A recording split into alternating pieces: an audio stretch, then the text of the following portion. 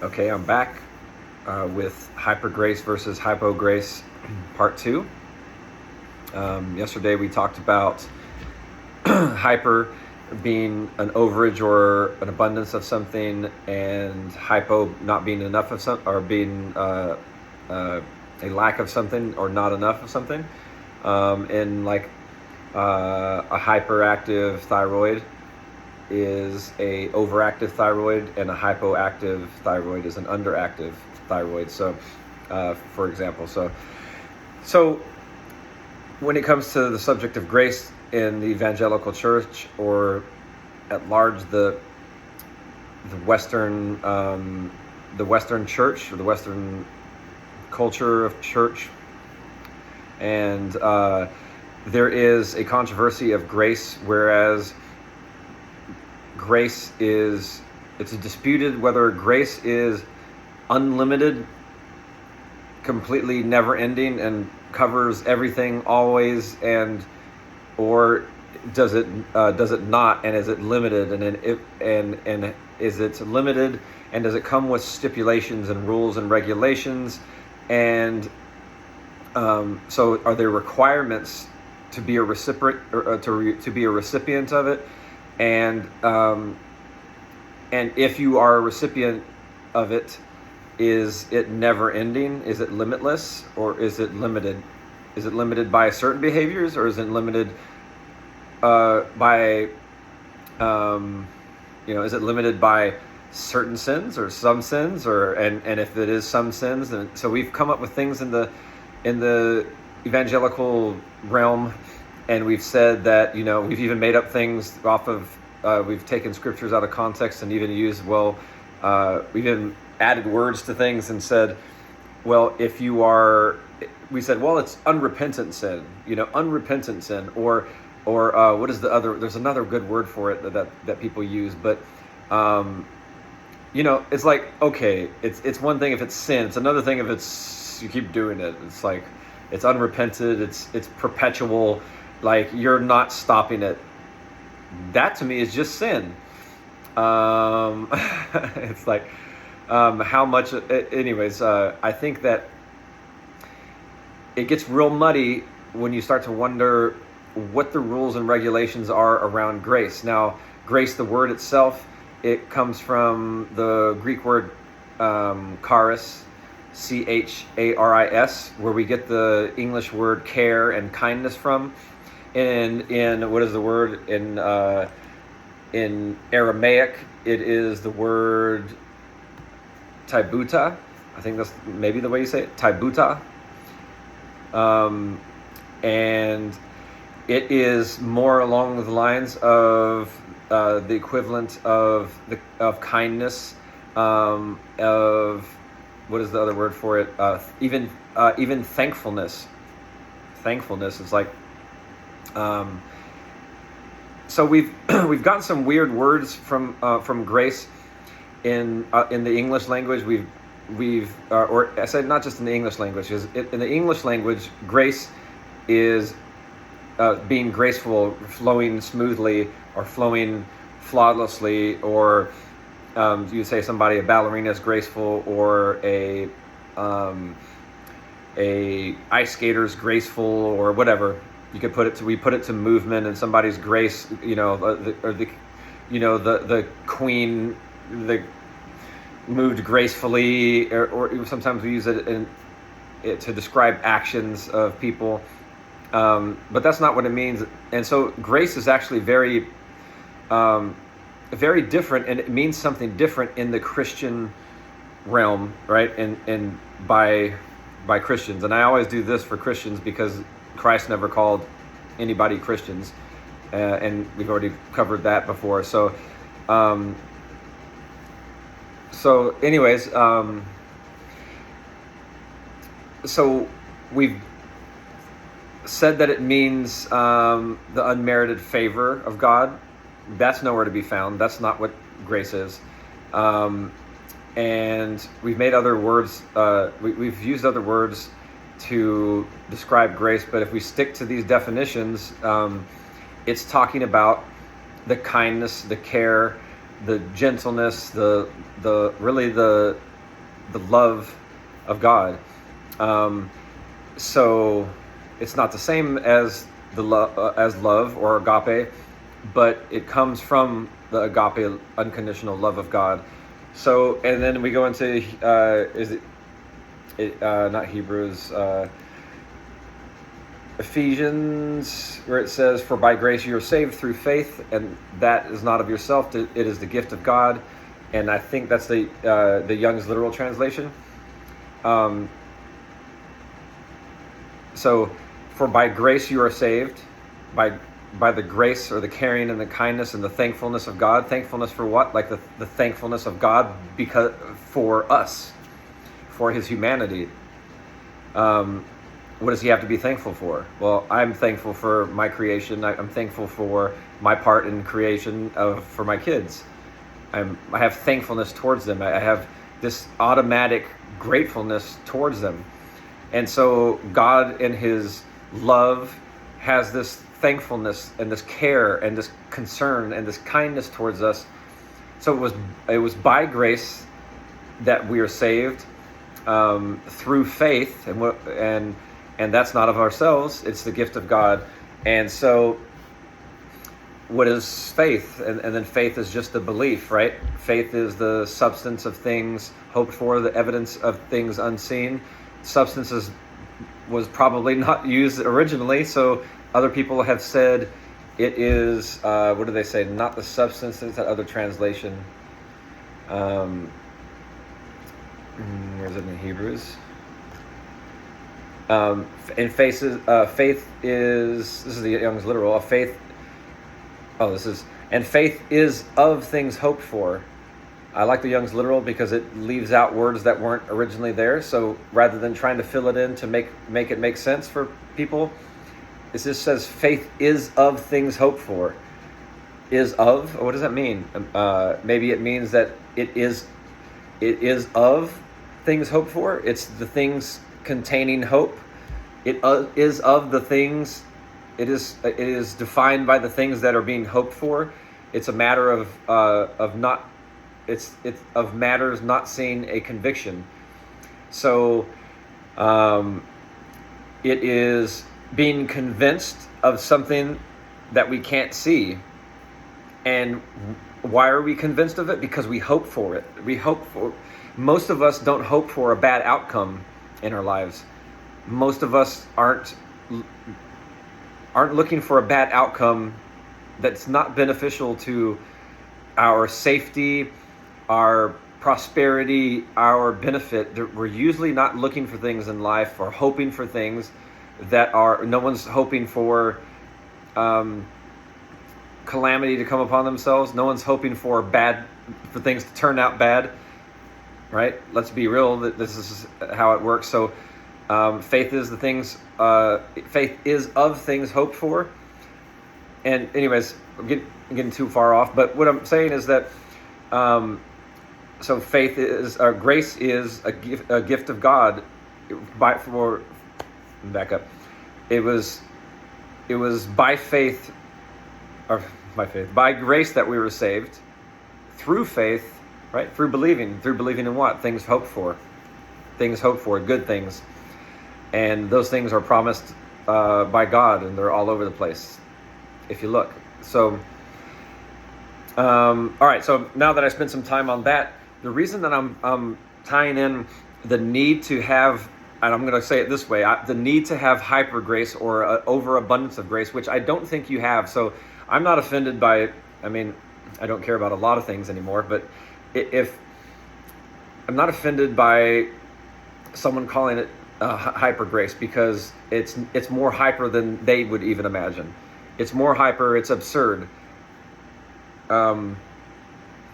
It's an absurd amount of grace. I did forget to say that that I said in the last video but I did post already a correction because before I put it out, I was like, I don't think that's right. So I said that Martin Luther was a lawyer. Martin Luther wasn't a lawyer. It was John Calvin. It was another reformer from the same, an overlapping era, but a different region. And John Calvin was a lawyer, and he greatly influenced the Western theology, and that also intertwining his views and his background of the judicial system and that type of justice from a governmental standpoint. And so, anyways, wrong person. Sorry, Martin Luther. You the boy. Anyways, so I misspoke on that. I put that in corrections if you've seen that, but John Calvin. That's just a side note. So, but the reason I think it's so important is because it causes dissension. It causes a lot of things. And the number one is it causes believing that grace is limited, and believing that that grace is limited also usually is tied pretty closely into the belief in a penalty, either on your lifestyle or a limiting of the blessings. We even teach it like that, because if it's undeserved favor, well, you get the favor of God this way. If you don't do those things, or you do these things, you don't get the favor of God. So we're back to blessings and curses, which is Old Testament theology, and it wasn't the higher ways of God. It wasn't the mind of God. It wasn't the mind of Christ revealed. So blessing. If you're still living under blessings and curses, then you're still playing by a currency or a trade system that is obsolete, and in fact was never the heart and mind of God. Once again, it was rules and regulations being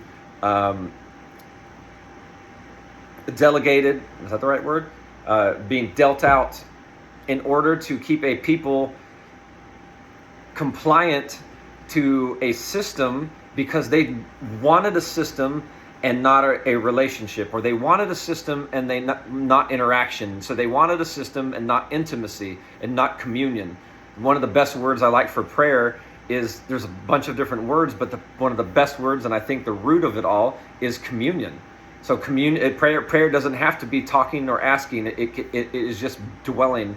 So it's a communion. It's a intercourse. It is an interconnectedness. It is a it could be quiet, completely silent. Of course, we know that. So, anyways, but when we think that there's that grace is limited, and that it's affected by being a recipient of His grace, of God's grace, is connected to our behavior, then if we view ourselves that way, we view God that way. If we view God that way and ourselves that way, we view humanity that way. And so because we do that, we look just within in the Christian church, right? Just say the Western church. We have these dissensions and these quarrelings among us because we really think that there's penalties that aren't there. We believe in eternal conscious punishment. So we believe that people are going to be punished forever. We believe in a hell. We believe, or I say we, not everybody, but the majority belief is that there's hell to pay, and you can escape it by a certain amount of grace, but that is dependent upon your behavior to some degree or another, and no one can agree, right? And what I really don't like, or I do like, that the fact is, and this is not the most solid of point, it's, I guess, anecdotal at best, but if you've lived at all, I've been in the Christian church for darn near 30 years, and faithfully in, not just like, well, I'm just hanging out, faith, like in it, and I've been all around. I've been in several different states, and I've been always involved in different levels of ministry and churches and congregations and denominations, and let's be honest with ourselves. We give our understanding of God's grace varies from moment to moment depending upon how we're feeling, because no one really gets this stuff. We want to, we really, really deep inside, people want to get this stuff. They want to get, but it's just not laid out plain enough for people. The waters have been muddied so bad. It's been hidden almost from us. And I don't mean that somebody, meant to hide these things from us, but it has been hidden and has been buried. Maybe that's better to say. It's been buried, through, imagine layers of earth continue to bury something over time. And that's more probably like, I'm not, and there probably was people actually intentionally burying some of this stuff, but I don't like to think of it like that. And I don't think that's that's most of it. I think most of it is it being buried. And anyways, so if there's a penalty to pay, if there's hell to pay, we're so worried. We fight so much and quarrel against each other because we're really concerned at times that people are, my brother over there, they believe differently, they believe wrong. Ooh, man, they might be going to hell. I don't know. Are they? They might be.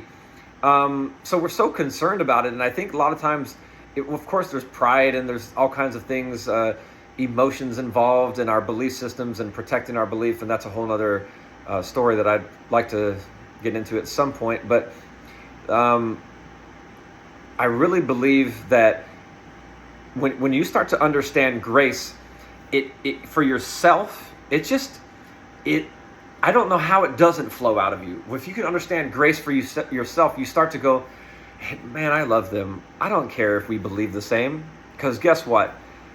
If they're under the grace of God. They're under the umbrella of the goodness and kindness of God, the care of God, the thankfulness of God. It doesn't matter. It doesn't matter if we're hung up on different theologies. It doesn't matter. Some of these things don't matter. Sometimes I feel like we fight to maintain our things that threaten our belief system because we if we were confronted by more truth that exposes our belief systems, then we have a failing of a system. And when the system fails, there is I believe even not only a psychological, but also a physiological. There can be a physiological response to dealing with the collapse of a system. You have to reform. You have to, and people sometimes get somewhat destroyed in what we call deconstruction and reconstruction. And sometimes people might learn about grace. And they might, you might have seen, well, this brother and that sister and these people, man, they learned about, this hyper, or they learned about this hyper grace, and they took off and did this, that, and the other thing, but if you begin to understand and stay in that grace, the love of God, when you come back, you'll come back because your heart is full of love. It's touched by the compassion and the true care and kindness of God. And it won't be out of the fear of the punishment or the fear of the hell or the fear of the curse or the fear of not having enough or not being, being outside or back in separation, the lie of separation from God.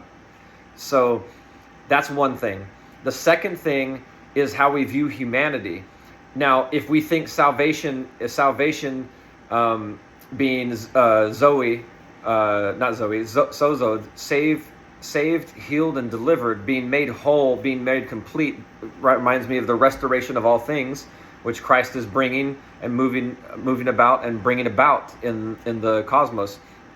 If we view ourselves like that and our brothers and sisters, everyone's our brothers and sisters, but if we view even those closest to us and most closely related to this religion that we've called Christianity, then what do you think we're looking at the rest of the world for? If we believe in this retributive, wrathful God, then yeah, we're going to go out and try to seek and save the lost. As people, we've heard that a lot.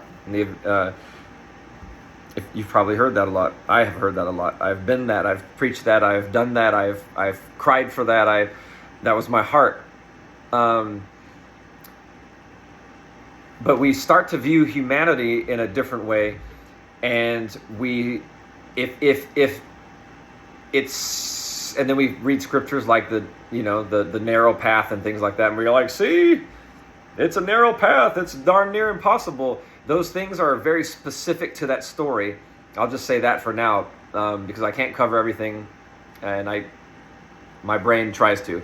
But if we start to view humanity through the lens of grace, that we first experience grace, and then we start to look at humanity differently, and we start to love people differently, because now there's not this separation. There's not this separation and this woe that's coming upon mankind. It isn't coming upon us. It isn't coming upon our brothers and sisters, those who we might call our brothers and sisters, and it's not coming upon humanity at large. When we start to believe that, then we start to walk in the love of God, because now we have embraced who God has embraced. We have embraced the fact that this was never an exclusive thing that God did, that the last Adam did, that was supposed to be greater than the first Adam, yet it failed to do what the first Adam did, which the first Adam did. What the first Adam did was include all in the fall, right? It included all. If you believe that theology. So if we believe that, then we believe that. Then it doesn't coincide with how we believe about the last Adam, who the scriptures say was greater. It's the last Adam. There won't be another one. Final act. There's only two Adams. It was the first Adam and then the last Adam. And Christ brought all and reconciled all into himself. And once we understand the love of God, then manifests the kingdom of God. Because then we're not in a separation. How do we communicate a communion with God when we really secretly have this war going on over here of a separation theology? We believe that God is separate and that he has separated man from him, or that people will say that that we've separated ourselves from God.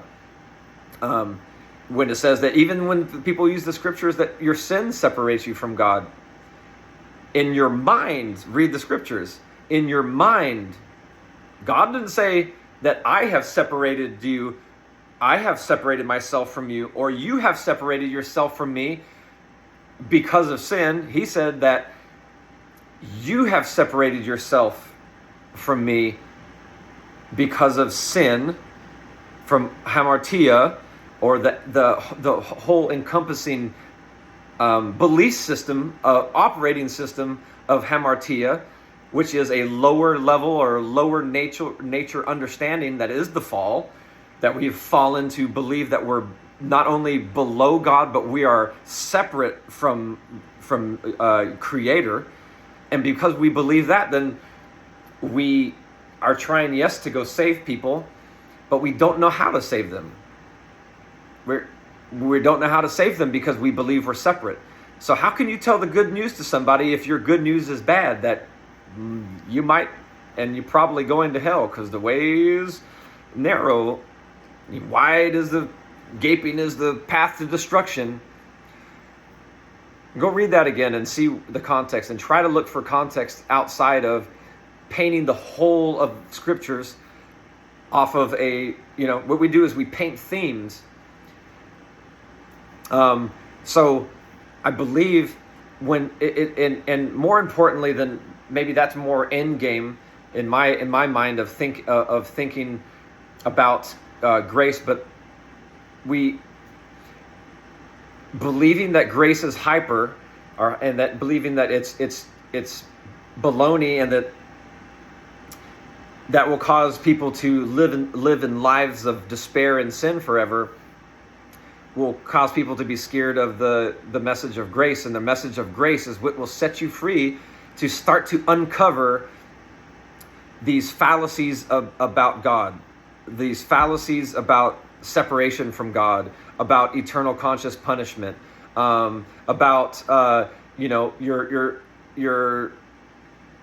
this the whole debate of once saved always saved is silly already. just the statement of saved is completely misunderstood. Saved and not saved. We've made it into a category of those saved and those not saved. I'm trying to see if I covered everything that I wanted to cover. This is a few takes because I didn't have enough time, and I tried this several times, a couple earlier during the day, and then I just was like, I'm running out of time. Actually, a few times. And so I'm hoping that I'm covering everything. Maybe I need to make a part 3. Hopefully not. Hopefully as I rewatch these, I feel like I covered enough to put a lid on what I wanted to say, this run through on grace. But grace is a gift from God. Grace is the origin of God's care and kindness, and it has been delivered in a package. In a package, it is just, here you go. Here's grace. Like I've given you, let's say, I've given you water. I've given you an endless supply of water. That's not even a good example. What's a good example? Something more permanent, to be once given, not needing to be given again. It's just done. It's not a fountain I need to drink from every time I sin. It's not. I don't need to go take a sip of grace or a sip of mercy or a sip of forgiveness every time I might sin, or I might hurt someone, offend somebody. It's just the grace of God is a status that we've been put into because of the care and the kindness and the concern of a loving God. It is done. It is finished. And you can walk in all the grace you need. And I would like to say, like I when I think of Paul, when he says he's chief among sinners, I've heard many people say that. I think many people can relate to that. One of my spiritual fathers and mentor, he always would say that. And this guy came from, if you heard his testimony, he came from just crazy lifestyle, right? And then I came through some crazy stuff. So it's like sometimes where it's just, you feel like, you can relate to that scripture that says I'm chief among sinners.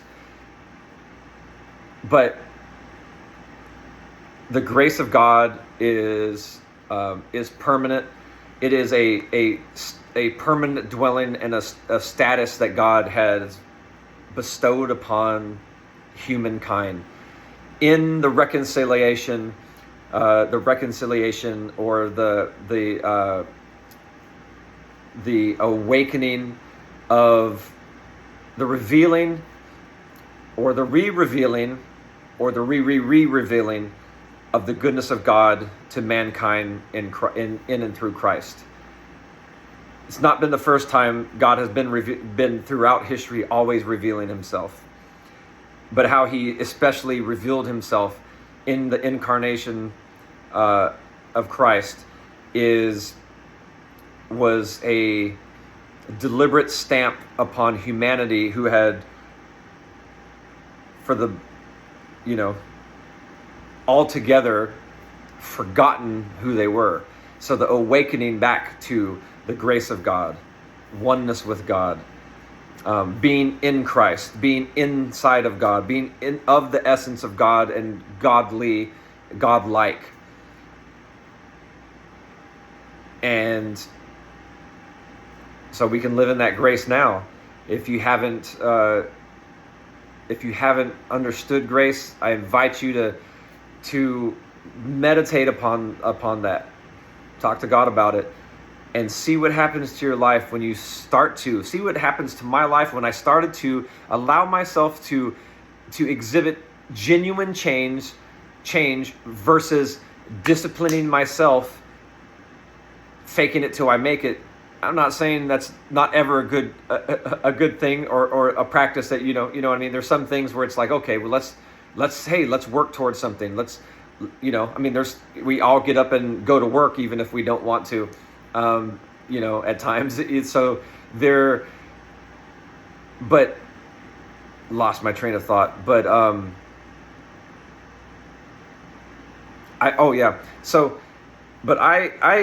it's been my experience and that of many others that the freedom is on the other side, where you, as most people will say, that grace leads, believing grace like this is unlimited. It will lead to lasciviousness and living in this, this horrific life. And maybe that affects you at first, but I believe that you'll come closer in your understanding and your awareness of your closeness to God. Not closer to God, because you're as close to God as you can. You have as much of God as you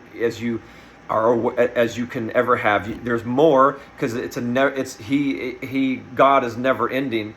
So your source and your origin is never ending to explore and to experience and to be fulfilled by and to be partake in. So continue to go into to the depths of grace, continue to go into the depths of God. And I believe as you understand that love is never ending, and that grace is a status that you have been permanently placed under because of his goodness and kindness, and there's nothing you can do about it, your behavior might go south for a minute. But when you come to your senses and come back and be reminded that loving God looks at you no differently, you will start to now interact with God and become more like your maker, more like source, creator, because now it is a communication of love versus a compliance through intimidation. You can say it all you want. If you believe in hell, you've been scared, maybe terrified for many years, maybe for a little bit, or at times on and off, up and down. You've been scared about probably about your life, and where you might end up. And we'll get more into, if I'm so brave as to go into the heavy topic, which of dispelling more thoroughly the false theology of hell. Even the word hell is not even real. It's made up. It's fiction made up and thrown in. It's folklore made up and thrown in and mixed in to muddy up the Gospels, to move us away in an adversarial way, to move us away from the knowledge of God and the goodness of God. So, love you. Walk in his grace, because there's nothing else to do but be in it. Love you. Shalom.